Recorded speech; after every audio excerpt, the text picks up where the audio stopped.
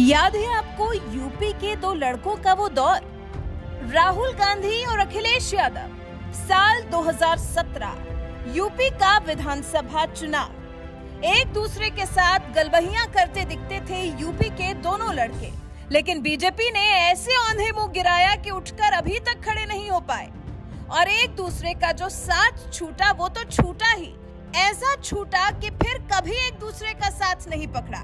जैसे एक दूसरे पर विश्वास ही खत्म हो गया, वो प्यार एकदम से खत्म हो गया जो यूपी के 2017 विधानसभा चुनाव के दौरान दिखा था। हालात इतने उलट हो गए हैं इन दो लड़कों के बीच में कि कांग्रेस तो बोल रही है कि हमने अखिलेश यादव को बुलाया है, और अखिलेश यादव कह रहे हैं कि पहली बात तो कांग्रेस ने बुलाया नहीं, और दूसरी बात हम कांग्रेस की भारत जोड़ो यात्रा का हिस्सा नहीं बन रहे हैं, क्योंकि बीजेपी और कांग्रेस एक जैसे ही है। आपके मोबाइल पर अगर इन्विटेशन हो तो मुझे अभी तुरंत दी जाए। भावना से, हमारी भावना उनके यात्रा से है।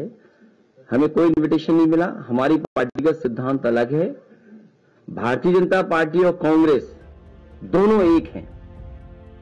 दरअसल कांग्रेस की भारत जोड़ो यात्रा जल्द यूपी पहुंचने वाली है। राहुल गांधी 3 जनवरी से यूपी में इसकी शुरुआत करेंगे, जो 3-4 दिन तक यहां चलेगी।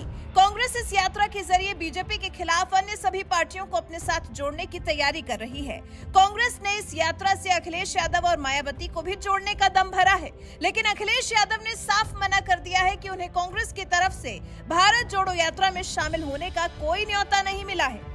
अखिलेश यादव से पूछा गया कि क्या वो कांग्रेस की भारत जोड़ो यात्रा में शामिल होने जा रहे हैं, क्योंकि बुलंदशहर पहुंचे कांग्रेस के प्रांतीय अध्यक्ष नसीमुद्दीन सिद्दीकी ने साफ कहा था कि कांग्रेस से अखिलेश यादव को निमंत्रण भेजा जाएगा। इसी पर अखिलेश यादव से सवाल किया गया तो अखिलेश यादव ने पलटकर कहा कि आप लोग खुद कहानी मत बनाइए। अखिलेश ने निमंत्रण की बात को सुनी सुनाई गप करार दिया। अखिलेश यादव ने कह दिया है कि हमारी भावना भारत जोड़ने की ही है। जालौन दौरे के दौरान सपा प्रमुख से यात्रा में न्योते की बात पूछी गई तो उन्होंने कह दिया, हम तुम्हारे सामने खड़े हैं, कहीं न्योता हो तो बता दो, अगर तुम्हारी जेब में न्योता हो तो बता दो। हम उनके आह्वान से भावनात्मक रूप से जुड़े हैं, लेकिन हमें कोई न्योता नहीं मिला है। कहीं मेरा न्योता हो तो आप दिखा दो। तो मतलब अखिलेश का कांग्रेस से किसी तरह का कोई मोह नहीं रह गया है। 2017 की यारी को अखिलेश भूल चुके हैं।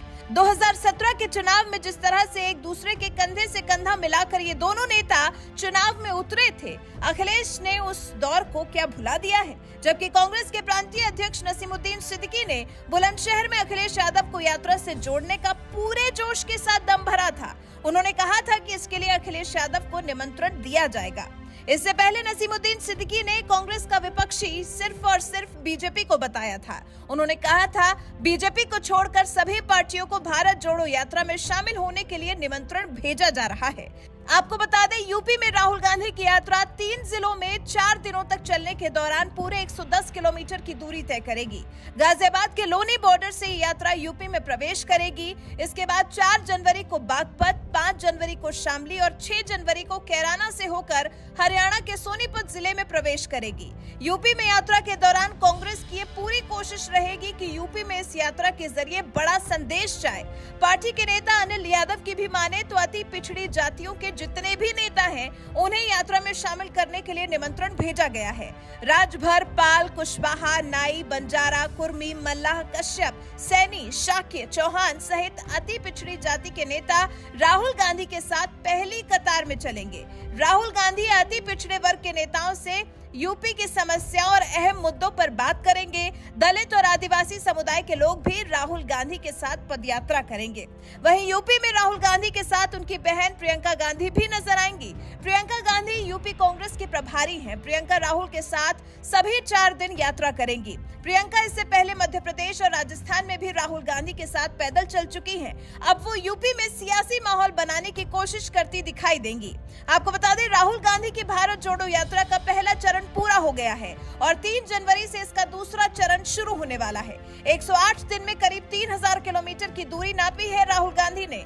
तमिलनाडु, महाराष्ट्र, मध्य प्रदेश, राजस्थान से होते हुए ये दूरी नापते हुए ही शनिवार को राहुल गांधी दिल्ली पहुंचे हैं और उसके बाद अब राहुल गांधी यूपी से अपनी यात्रा का दूसरा चरण शुरू करेंगे। लेकिन इस यात्रा के लिए जिस तरह का रुख अखिलेश यादव का दिखाई दे रहा है, उससे यूपी में कांग्रेस अकेली ही पड़ती दिखाई दे रही है।